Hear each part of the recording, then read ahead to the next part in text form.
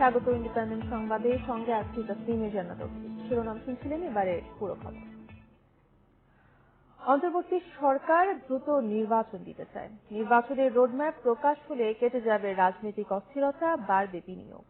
রাজধানীতে ব্র্যান্ডিং বাংলাদেশ কনফারেন্সে এ কথা বলেন পররাষ্ট্র উপদেষ্টা তৌহিদ হোসেন। এ সময় বাংলাদেশ ব্যাংকের গভর্নর বলেন, অর্থ পাচার ও দুর্নীতির রোধ হওয়ায় রেমিটেন্স প্রবাহ বেড়েছে।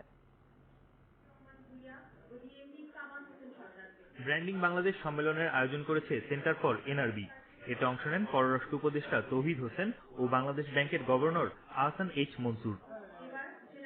অনুষ্ঠানে গভর্নর জানান, গত 5 মাসে রেমিটেন্স বেড়েছে $3 বিলিয়ন আর রপ্তানি আয় বেড়েছে $2.5 বিলিয়ন। 4 মাসের রিজার্ভ রয়েছে, তাই আতঙ্কিত হওয়ার কিছু নেই বলেও জানান তিনি।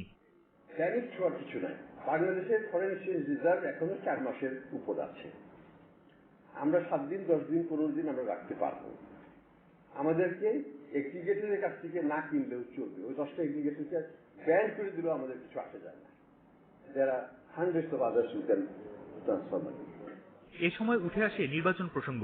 পররাষ্ট্র উপদেষ্টা জানান, দ্রুতই দেওয়া হবে নির্বাচনী রোডম্যাপ। তখন রাজনৈতিক অস্থিরতা কেটে যাবে, সেই সঙ্গে বাড়বে বিনিয়োগও।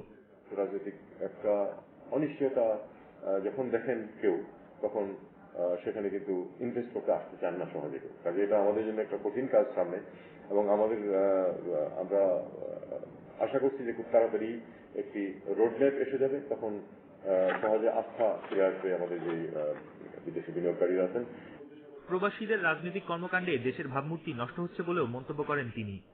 আওয়ামী লীগ, বিএনপি এবং জামাত জাতীয় পার্টির ক্ষেত্র বিশেষে তাদের সমস্ত বিশ্বের শাখা আছে, এবং তারা সেই বাংলাদেশের এখানে রাজনীতিতে যেমন এই 2 দল বা 3 দল প্রচন্ড শত্রু ভাবাপন্ন, একই রকম শত্রু ভাবাপন্ন আমাদের এক্সপেক্টেড যারা আছেন তাদের যে দল, এই দলের যে ব্রাঞ্চগুলো আছে সেগুলো ব্যক্তি এবং দল ভিত্তিক হয় আমাদের যে রিয়াকশনগুলো।